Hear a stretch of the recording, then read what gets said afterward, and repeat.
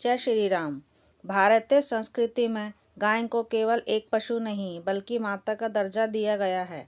सनातन धर्म में ज्योतिष शास्त्र और वास्तु में गाय को रोटी खिलाने के इतने अधिक लाभ बताए गए हैं कि इसे मानव जीवन की कई समस्याओं का रामबाण उपाय माना जाता है। यहाँ इस पुण्य कार्य से रोचक तथ्यों और लाभों का विवरण दिया गया है। यह धार्मिक और आध्यात्मिक महत्व। धर्म ग्रंथों के अनुसार गाय के शरीर में 33 प्रकार के देवी देवताओं का वास होता है। इसलिए गाय को रोटी खिलाने का अर्थ है एक साथ सभी देवी देवताओं को भोग लगाना। पुण्य की प्राप्ति।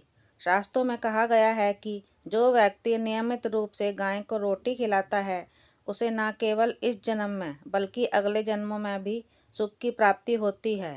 पहली रोटी का नियम। भारतीय परंपरा में घर में बनने वाली पहली रोटी हमेशा गाय के लिए निकाली जाती है। इसे गोग्रास कहा जाता है।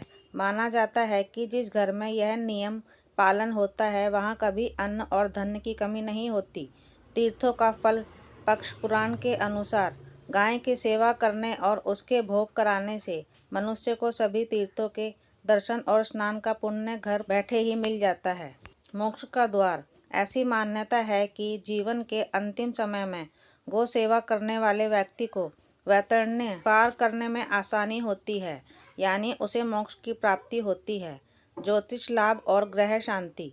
ज्योतिष शास्त्र में नवग्रहों की शांति के लिए गाय को रोटी खिलाना सबसे सरल और शक्तिशाली उपाय बताया गया है। सूर्य और मंगल।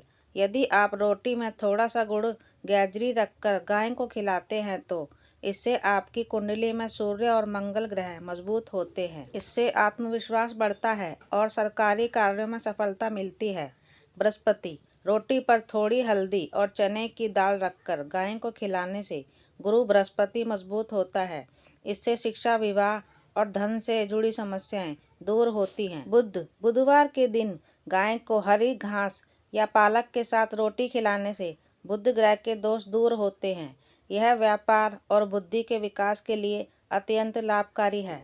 शनि और राहु केतु।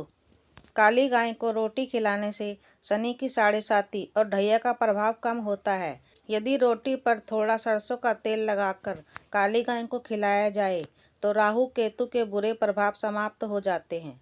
पितृदोष निवारण। समस्याओं के लिए गाय को रोटी और चारा खिलाने से पितृदोष शांत होता है और पूर्वजों का आशीर्वाद प्राप्त होता है। वास्तु और पारिवारिक सुख। वास्तुशास्त्र के अनुसार गाय में सकारात्मक ऊर्जा, पॉजिटिव एनर्जी का भंडार होता है। नकारात्मक ऊर्जा का नाश। जिस घर के लोग गाय को रोटी खिलाते हैं या जहां गाय आती है वहां की नकारात्मक ऊर्जा स्वयं ही नष्ट हो जाती है। गृह कलेश से मुक्ति। यदि घर में बिना बात के झगड़े होते हैं तो घर के मुखिया को प्रतिदिन पहली रोटी गाय को खिलानी चाहिए। इससे घर में शांति और प्रेम का वातावरण बनता है। संतान सुख। जिन दंपतियों को संतान प्राप्ति में बाधा आ रही है उन्हें गाय को रोटी और शुद्ध गुड़ खिलाने की सलाह दी जाती है। बच्चे वाली गाय को रोटी खिलाना और भी शुभ माना जाता है। मनोवैज्ञानिक और वैज्ञानिक दृष्टिकोण से हालांकि ये विषय आस्था से जुड़ा है लेकिन इसके मनोवैज्ञानिक और व्यावहारिक लाभ भी हैं। करुणा और दया का विकास। जब हम किसी मूक प्राणी को भोजन कराते हैं तो हमारे मन में करुणा और दया के भाव जागृत होते हैं। यह मानसिक तनाव और अवसाद को कम करने में मदद करता है। पर्यावरण संतुलन। गाय भारतीय कृषि और पर्यावरण की रिसर्च है। अब हम गाय का ध्यान रखते हैं तो हम परोक्ष रूप से प्रकृति के संतुलन को बनाए रखने में मदद करते हैं। सकारात्मक सोच। गाय की उपस्थिति और उसकी सेवा करने से व्यक्ति का आभा मंडल स्वच्छ होता है और मन में सकारात्मक विचार आते हैं। विशेष दिनों पर रोटी खिलाने के प्रभाव। सोमवार को रोटी पर मक्खन लगाकर खिलाएं, मानसिक शांति मिलेगी। मंगलवार को रोटी के साथ गुड़ दें, कर्ज से मुक्ति और साहस मिलेगा। बुधवार को रोटी के साथ हरा चारा या पालक खिलाएं, बिजनेस दौड़ने लगेगा। गुरुवार को रोटी पर हल्दी या चने की दाल रखें, धन और विवाह के योग बनेंगे। शुक्रवार को रोटी के साथ दही या चीनी खिलाएं, घर में सुख समृद्धि आएगी।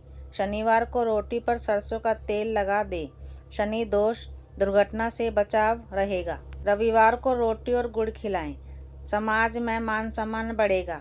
गाय को रोटी खिलाना केवल एक धार्मिक अनुष्ठान नहीं है, बल्कि यह जीवन जीने की एक कला है। यह हमें प्रकृति से जोड़ता है, हमारे ग्रहों को अनुकूल बनाता है और हमारे मन को शांति प्रदान करता है।